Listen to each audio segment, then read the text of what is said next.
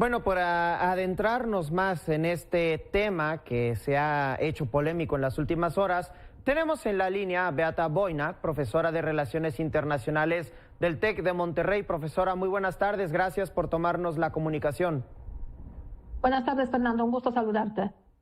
¿Es realmente posible que México pueda, en un supuesto, detener al presidente Vladimir Putin en caso de que asista el próximo 1 de octubre, o es solamente una idea utópica?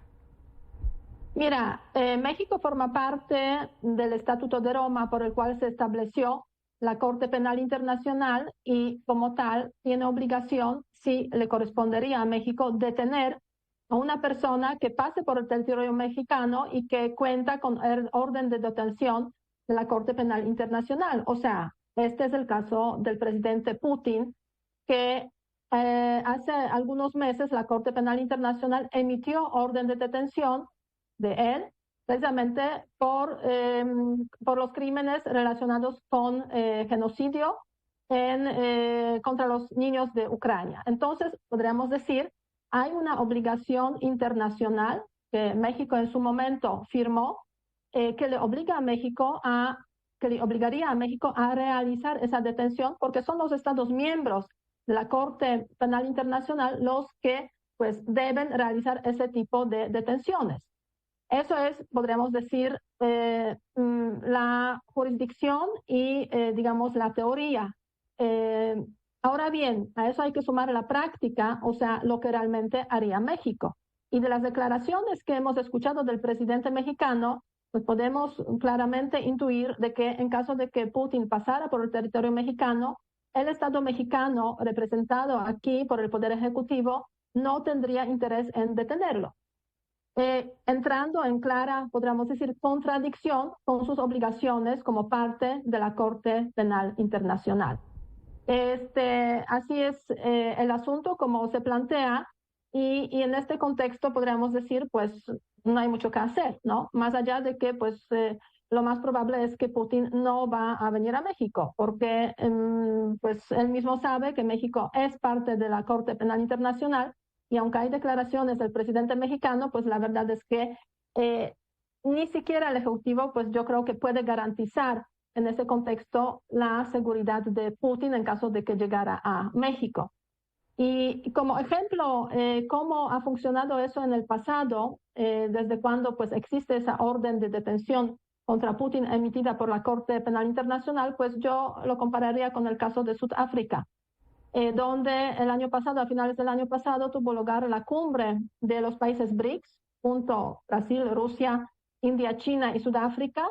Y en esa cumbre no participó Putin. ¿Por qué? Porque en Sudáfrica también es un país, digamos, obligado por la pertenencia a la Corte Penal Internacional, y ahí también hubo debates sobre si se detendría o no se detendrían a Putin en caso de que pasara por Sudáfrica.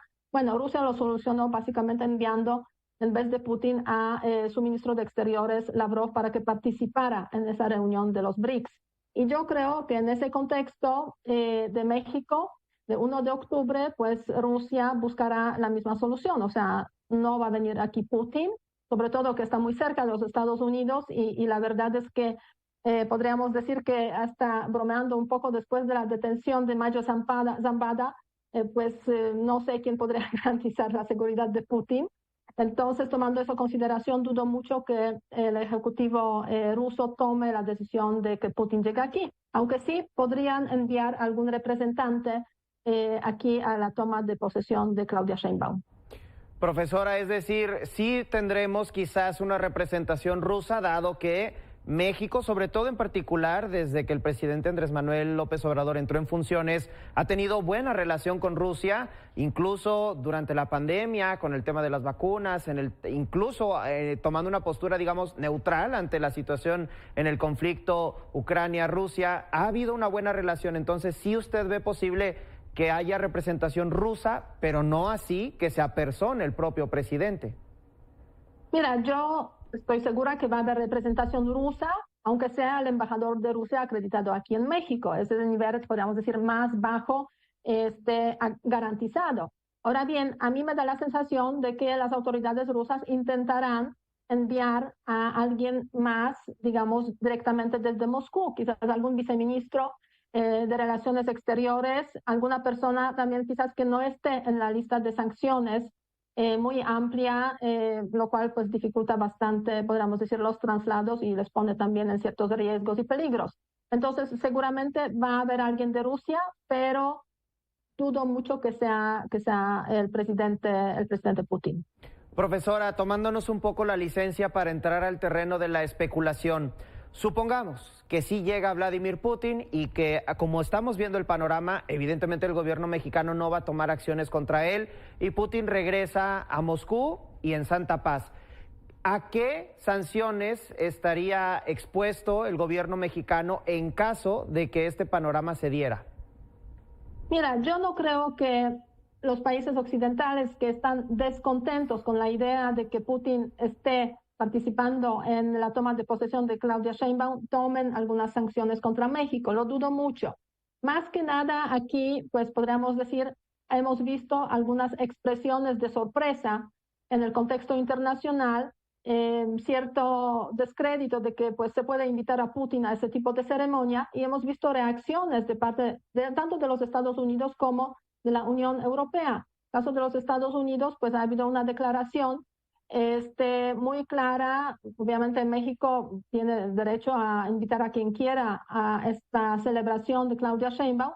Ahora bien, con cierta ironía, desde los Estados Unidos han comentado que pues quizás la presencia de Putin podría disminuir la relevancia que tiene la toma de posesión por Claudia Sheinbaum, la primera mujer presidenta. Y en caso de la Comisión Europea, que representa a la Unión Europea, su portavoz también ha mencionado que hay expectativa de que en caso de que Putin pase por el territorio de México, pues haya detención, de acuerdo, digamos, con digamos, la normativa que establece el Tribunal Penal Internacional. Entonces, el mundo está observando con atención lo que está ocurriendo aquí en este contexto de la presencia, eventual presencia rusa en México, y puede que a raíz de eso se tomen ciertas decisiones relacionadas con el nivel de representación desde el occidente en la toma de posesión de Claudia Sheinbaum. En caso de que Rusia pues pretenda aquí tener una presencia muy importante, muy elevada, pues igualmente podría bajar el nivel de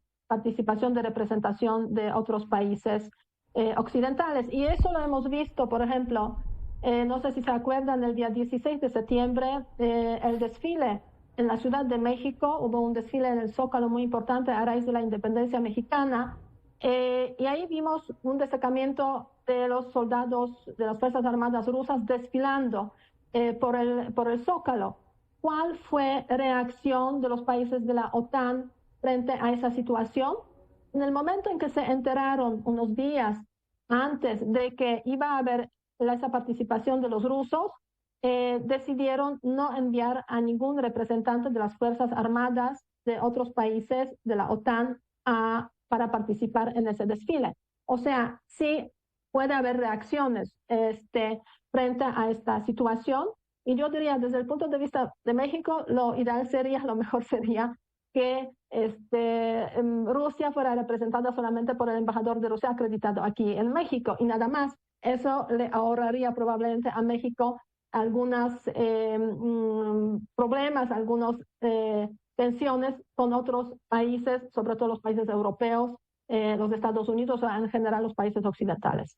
Enriquecedora la aclaración, profesora, que nos está realizando. Estaremos molestándola más adelante porque seguramente de aquí a octubre continuará siendo un tema, sobre todo porque hay polémica del por qué se invitó al presidente ruso, dadas las condiciones geopolíticas que se vive hoy por hoy, aunque ya por un lado se aclaró que es protocolario, hay voces que dicen que no, que fue una cuestión personal, pero bueno, Beata Woina, profesora de Relaciones Internacionales del TEC de Monterrey, estaremos seguramente próximamente en más comunicación con usted. Por lo pronto, le agradecemos que nos haya tomado esta llamada.